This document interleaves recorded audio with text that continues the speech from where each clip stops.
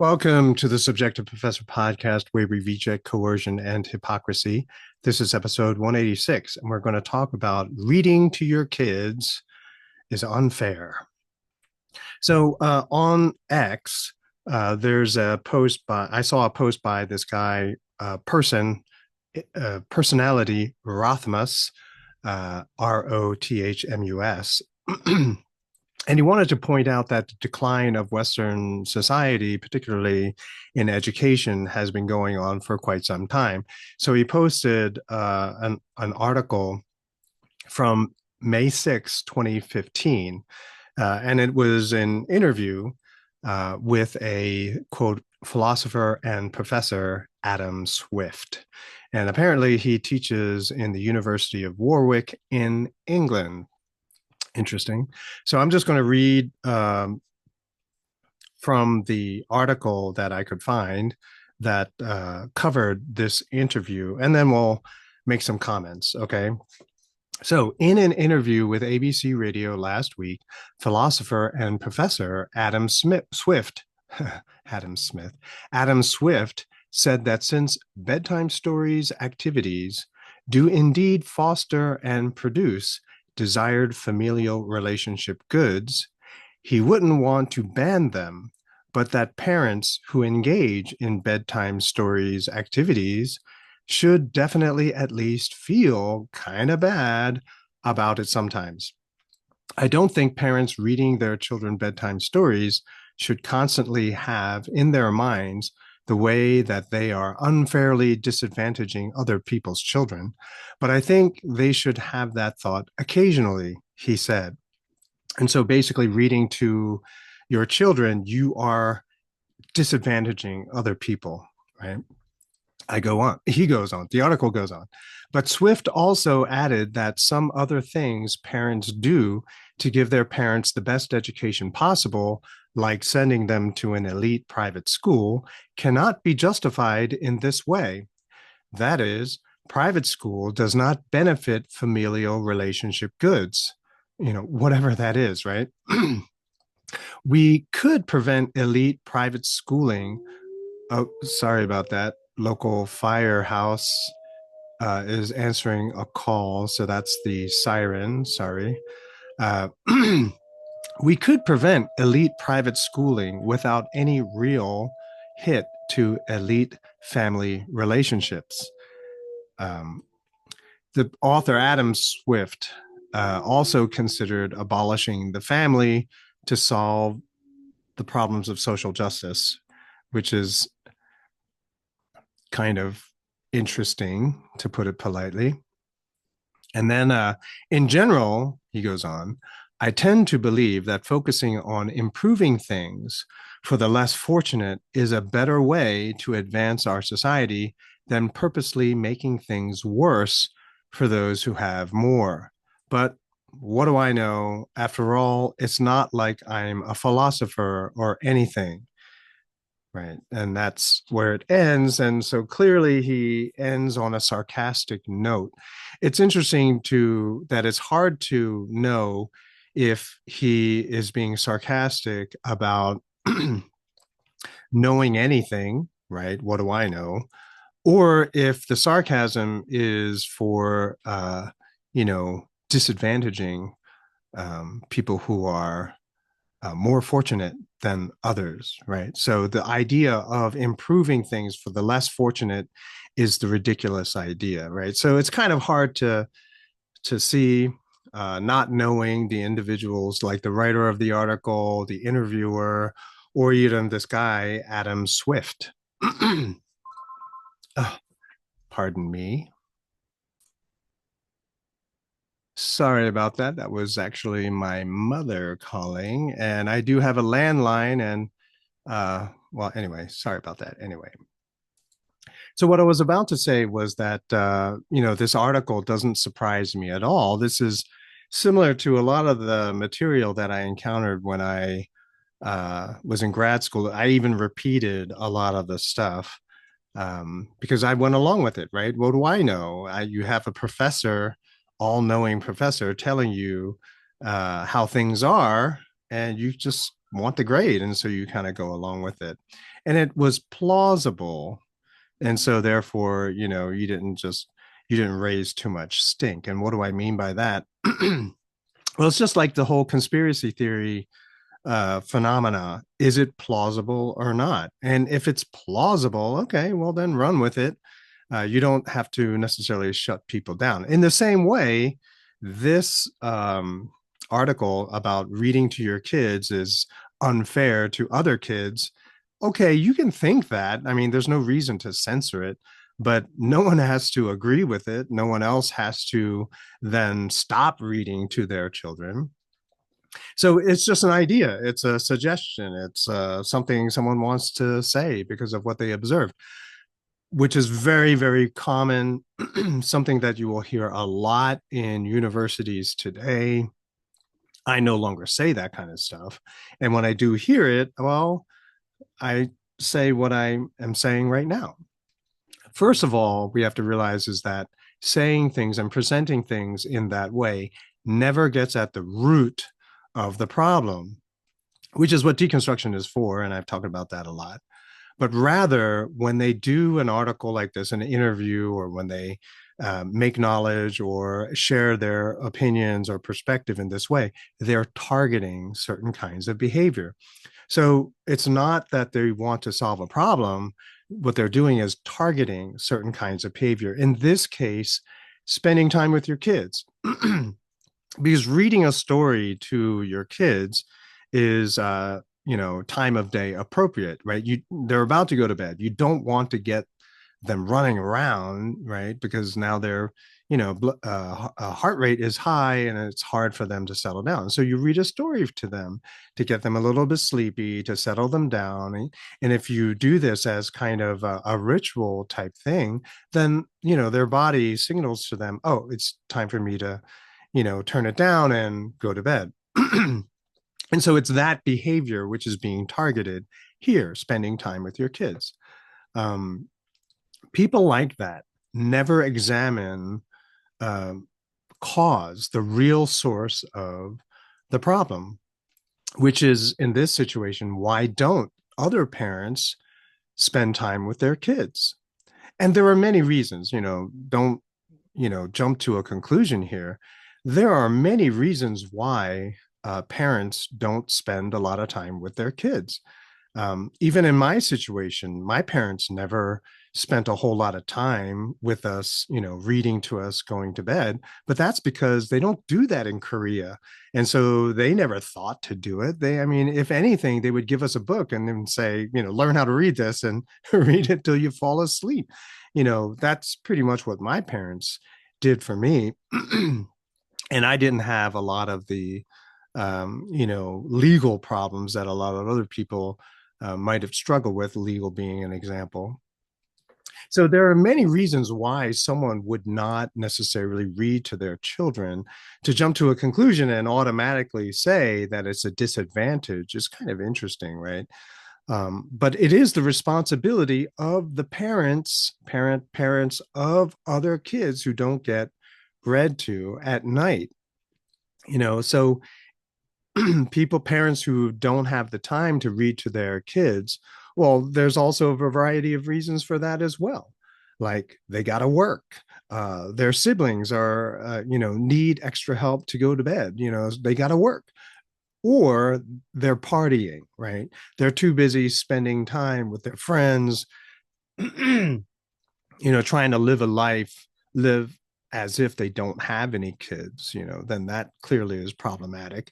But there are many different reasons for not reading to their kids. And simply to turn around and look at parents who read to their kids and saying, see, you are an elite. That's how you can read to your children. No, that's not true either. My family, in terms of me and my wife, we're certainly not, we can't be considered elite, yet we always made time to read to our kids because it was fun. We wanted to spend time with them. And so it's about priorities for us. So we didn't have a whole lot, but hey, we can read to our kids. And so for us it was a priority. So If they want to make the claim that it is a socioeconomic or racial or whatever phenomena, then why not study that? Right? What's the cause of that? What are the incentives which would create people or which would cause people to make the choices that they make? Now, if they really pressed on with that line of questioning, like, why is it that a lot of parents who should read to their kids do not, right? Parents of children who want to be read to, parents, kids who need to be read to, why don't their parents read to them? Now, and then so basically, we're trying to buy into the assumption of this guy, Adam Swift, that not reading to their kids will lead to all kinds of learning difficulties, social difficulties, crime difficulties, right?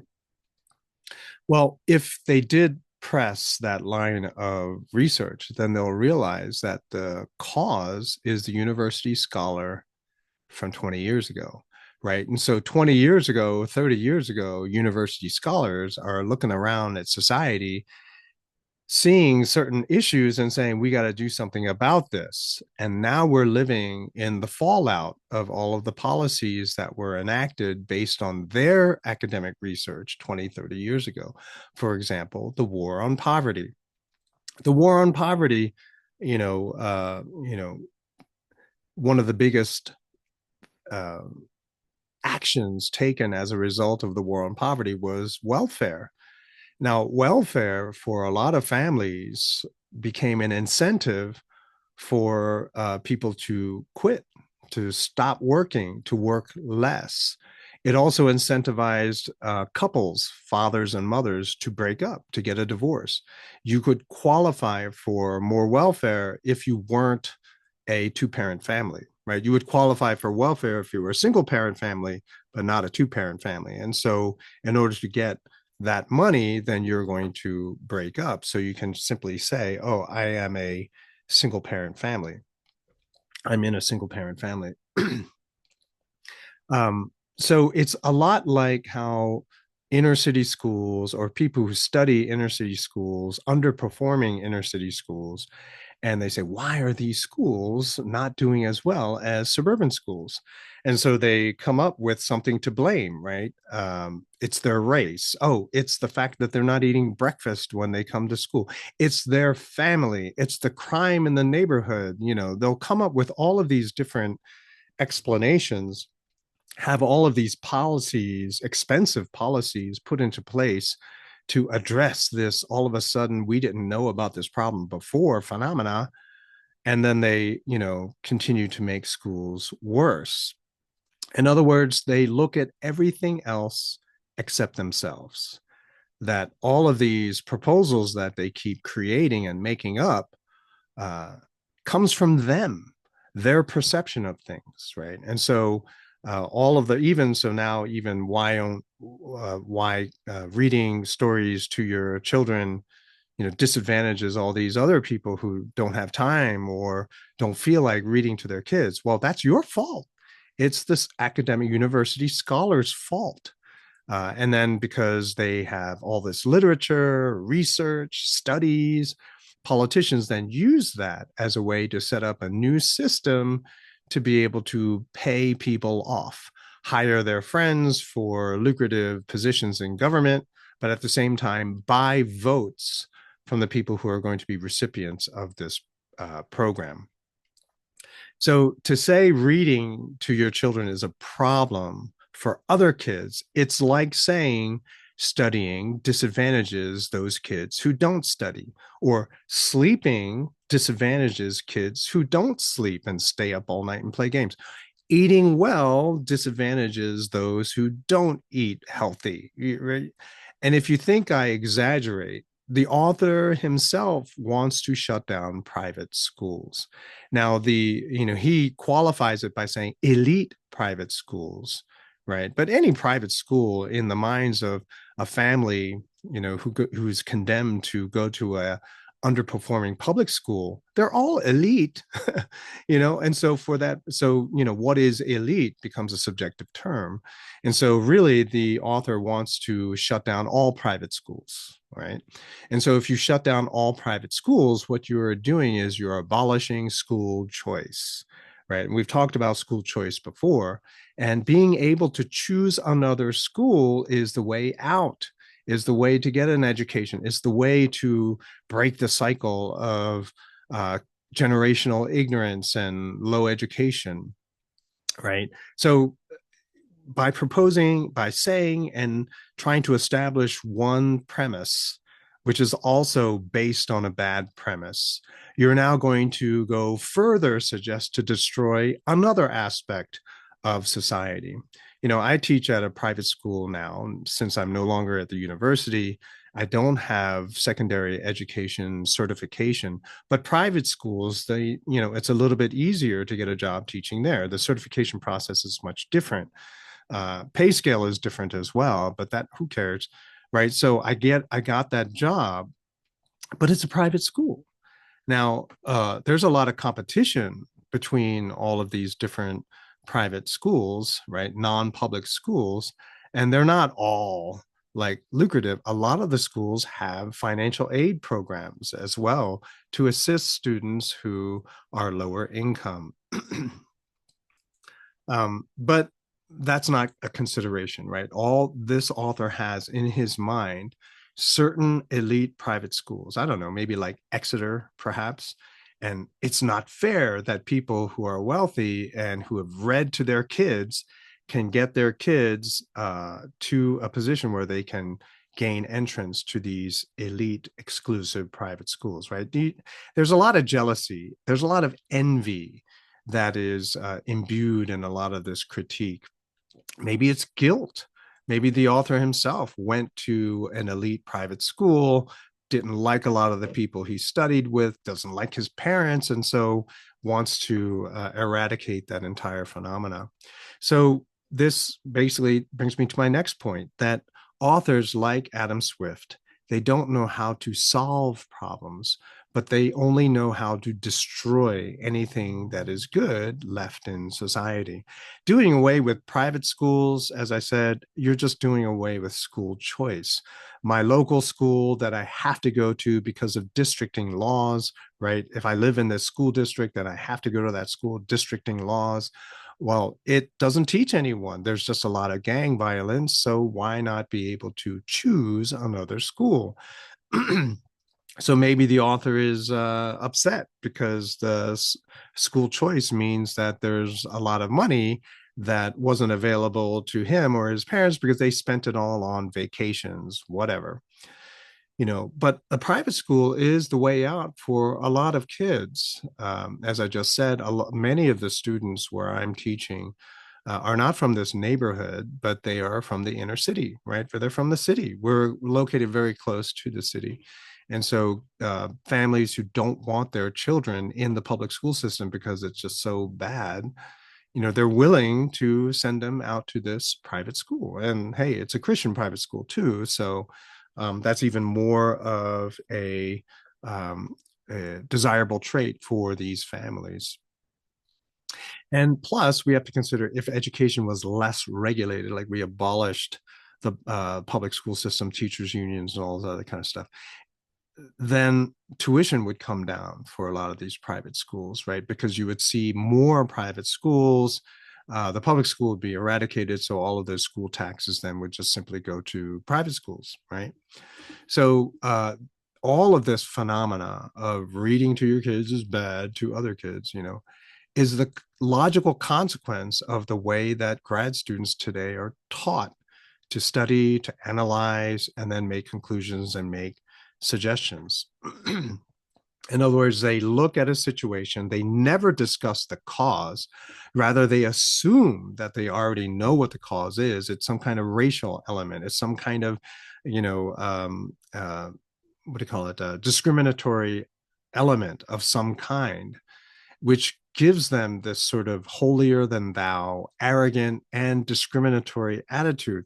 And so then they are sort of perceiving something, interpreting it in a certain way, and then proposing solutions for a situation that does not actually exist. Maybe it does exist. Maybe there are situations where discrimination is a serious problem, but then you can guarantee that the private school exists because of that discrimination.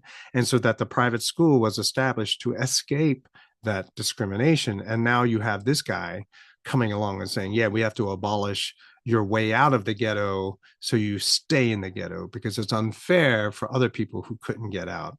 So it's just kind of a weird kind of situation. So, what is the solution? The solution is leave people alone, give people the freedom to figure it out. Some kids, maybe they need to be read to at night before they go to sleep. Some kids never get it. Like I never got it. And so I didn't know what I was missing. I just read books myself. Right. And then I remember watching TV and they were saying, oh, have your parents read to you at night. And I was so upset that my parents didn't read to me. But I only was upset because the TV told me that's what they should be doing. Right. But before that, I didn't know. So in a way, uh, what's happening is all of the future problems of that little kid who never was read to can be put on this one thing. So it's a kind of a strange phenomenon. It's like a very, very one-to-one direct causal relationship, which we all know is just simply not true. There are so many other factors that are involved, and this is just possibly one, possibly, if that. So if the governments didn't give universities so much money, courtesy of the Federal Reserve, in the form of student loans and grants and whatnot, then this kind of argument made by this professor would be, laughed at by most people. And even if some people, a strong number of people, agree, no one would really pay attention to those people, right? In other words, it's your responsibility. If you really are upset that all these other families are reading to their kids, you have to make time to do that. You know, uh, how to do that. I mean, there are many different situations, but I would say turn off the TV for a half hour, for 15 minutes, and just read to your kids. That's all it takes is 10, 15 minutes. And that keeps them happy. So people should stop complaining and get busy with life, get busy with doing the things that matter to them, taking into consideration the consequences to the people that they love. And once you do that, once people as a whole in society start doing that, you will begin to see better results. And people like this Adam Swift guy will lose his job teaching at a university, and that wouldn't be such a bad thing. All right, that's it for this episode. Like, subscribe, share, whatever. And I'll talk to you next time.